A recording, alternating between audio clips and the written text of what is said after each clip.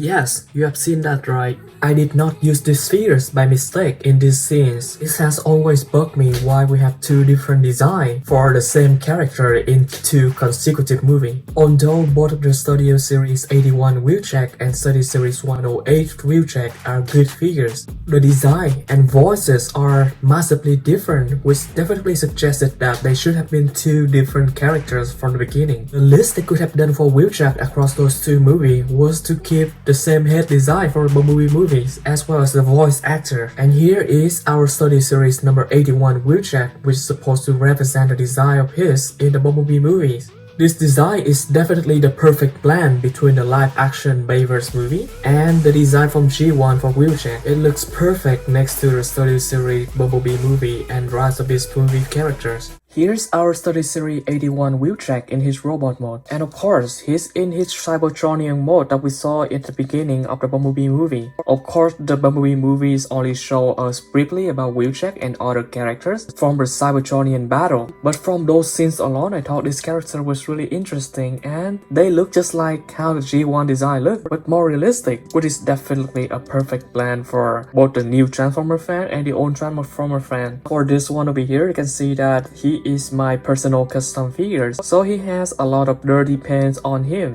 which I tried to highlight some of the molding detail as you can see in here. Some of the light in the mold that go throughout the figures, those panel lights just add in so much character for this amazing design. So he does have the Autobot insignia in front of his chest right here, which I thought was really nice because that's what the accurate part that was transformed directly from the vehicle mode. It's not Fox pad. Look at his heads in here. I think this mask head definitely represents Wheeljack perfectly, especially for those who are the fan of the G1 series. And of course, those Finn's ear. Those were definitely the main critics that people have for the designs in the Rise of Beast movie for this Wheeljack character. If they just name that character a different characters like Pablo, it would totally be fine. But since that character is called Wheeljack, it just doesn't sit right with us definitely, especially when the Bumblebee movie has a totally different design, a different voice actor, and probably personality too from what we have seen in the movie. I really like how that mask turned out. It might not be clear on the camera, but he has very deep blue eye. In person, it will be more visible in contrast to the darker colors of his head. We have a lot of dirtiness going throughout that I just use acrylic paint, silver and black to highlight those panels, and for those ray plastic on the arm section as well on other joints on the figures like the cross section and on the leg section.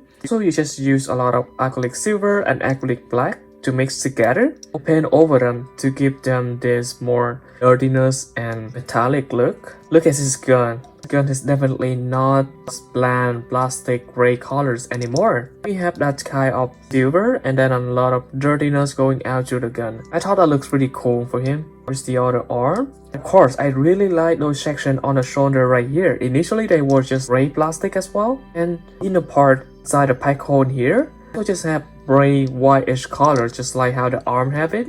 Also just paint over that to match with the colors on the fin. Now I think they turned out really nicely. Same thing for all of those region neck section and on the back section as well. Actually they were all gray plastic, but they all look like this. I think they blended in really nicely together. The back of the leg as well of those region. When I try to cover this guy in paint, is that to cover every single plastic area that he has. We have those plastic colors, we will replace them with silver and black.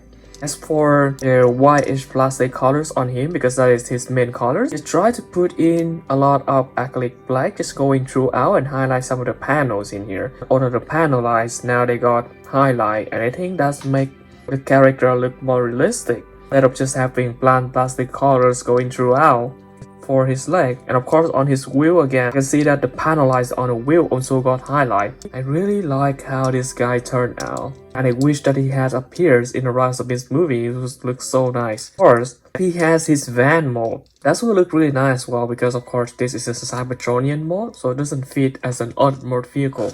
But in overall, I think this guy is so good. At the time that this guy come out, I couldn't believe that he have really no keyboard at all. At this, it have a really clean robot mode. The keyboard got folded nicely, and those robot parts, they actually use real parts from the vehicle, so that even give them more point for how accurate this looks.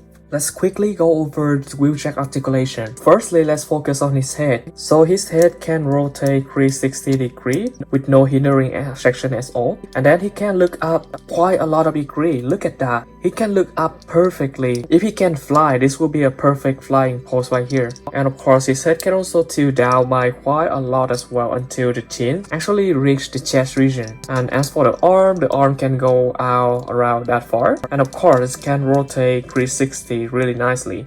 And then down here we have the bicep swivel, which can rotate pretty much 360 degree. And then he can have the double banded elbow right here, mainly for transformation, but this is also really useful for posing. Then as we go down here, we don't really have anything else. He doesn't have any wrist swivel, but that's okay, because his bicep swivel is already really good, along with that elbow joist. And same articulation to the other arm. Then we go to the chest region. For the chest region, this guy definitely have a waist swivel, as you can see in here. It can rotate pretty freely. And if this chest region got bumped into any section, you can actually just hit his over a little bit and then turn him pretty much 360 degree. As for the ab crunch, he doesn't really have any ab crunch, but you can see that his leg can kind of work really nice if he need to tilt down at all. Then we can go to the leg region over here. So the leg, it can go out around that far, so he can't really do a full split. I think this is not bad at all. It should be good enough for his articulation. As for the legs over here, you can see that it can also swivel right in there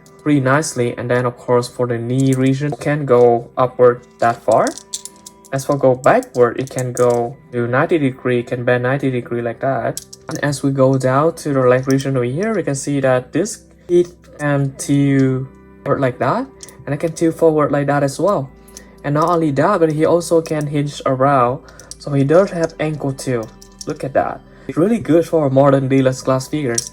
And same articulation to the other leg as well. So I think this guy is pretty packed with articulation despite his small size. So definitely we can do a lot of posing with this guy to recreate a lot of scene, especially the Cybertronian battle scene. Here's how the Study Series 81 Wheeljack scale with the Trumpeter Bumblebee. I think those two scale perfectly together. Wheeljack also looked really good next to Brawn from the Cybertronian battle scene. And of course, he also looked great with the leader of the Autobots Optimus Prime. In general, Wheeljack looks really good in terms of design and scaling with most of the Bumblebee movie Study Series as well as the Rhapsody Study Series Autobots. And here's how Wheeljack scale with the Bumblebee movie and Ride the Beast, Decepticon and Terrorcon. Most of them look really nicely together, especially the one from the Bumblebee movie that was featured in the Cybertronian battle scene. And here is how Wheeljack scale with the whole Study Series cast from the Bumblebee movie and the Rise of Beast movie. Of course, those only include the figures that I have in my collection. But for this one alone, you can see that not only the Autobot, the Decepticon, but the Terrorcon and Massimo also all looks good with this specific Wheeljack.